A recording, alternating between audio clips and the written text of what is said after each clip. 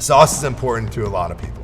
You know, if you want to go and research barbecue and see different, there's a lot of disagreements on what a barbecue sauce should taste like, where maybe it's a vinegar based here, and it's a mayonnaise based here, and it's a mustard based here. If you come here in Texas, it's no sauce. It is sometimes an afterthought or not a thought at all. If I call my buddies up in St. Louis and ask them what their favorite barbecue restaurant is, they just start naming off sauces and not barbecue restaurants, you know? Sauce is important to a lot of people. It might not be important to every Texas pitmaster, but it's important to this one because it's important to my customers. So we developed our first barbecue sauce, which we call the Culinary Warrior, or the Warrior sauce, named aptly after me, right? I've referred to myself as a culinary warrior since I was in my early 20s as a saucier making sauces at a 5 Diamond restaurant, right? You know, in a 5 Diamond hotel. It's a fun little name I like to call to myself. It's not aggressive. I really believe in fighting for the rights of food. I love making sauces. It's a fun part of my job. I really enjoy that part of like cooking, is making the sauce and finishing the food. And so when we went to go develop a sauce, the sauce for this restaurant, I knew what I wanted was something that reminded me of my childhood, you know, in that Midwestern tomato-based, you know, a little on the thicker side, not strong in vinegar, maybe a little on the sweeter side, but definitely a lot of flavor profile inside that sauce. I knew that's what I wanted to offer. I knew that's what I wanted to serve alongside all these meats. And when we developed it, it ended up a little bit on the spicy side, but we loved the flavor, so we didn't want to change it.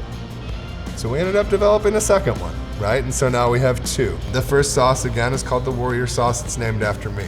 The second sauce is called the Carnicero sauce. My business partner, Damon Avila, we refer to him as the Carnicero, which is the butcher in Spanish, you know, because he's just kind of an expert on all meats. His sauce is a little sweeter. It's got a little bit of mustard in it, but it's still considered a tomato-based. But it's very, very approachable for almost every menu item we have, you know, and it really, really goes well with pretty much everything across the board. So the butcher sauce, you know, goes with everything that's coming out of that guy's house, so it must be pretty good. And so we love both of our sauces. Yeah, so there's a lot of different flavor profiles going on inside the sauce. I mean, you know, like a lot of people will use things like black molasses and things like sugar and things like corn syrup and things like brown sugar to sweeten up a sauce. In our Warrior sauce, all 4 of those items are in that sauce, you know, and the reason is so we have the ability to layer some flavors. You know, sweetness isn't always sweetness. You know, and molasses doesn't add the same exact sweetness as corn syrup does. You know, what we're searching for at this place is some exciting, punch you in the face kind of flavors. We don't want you to forget it. And we want you to remember the food, you know? And we want you to taste the food and think it doesn't need the sauce. There's nothing that makes me happier than walking by a table with an empty plate of food and 2 containers full of sauce.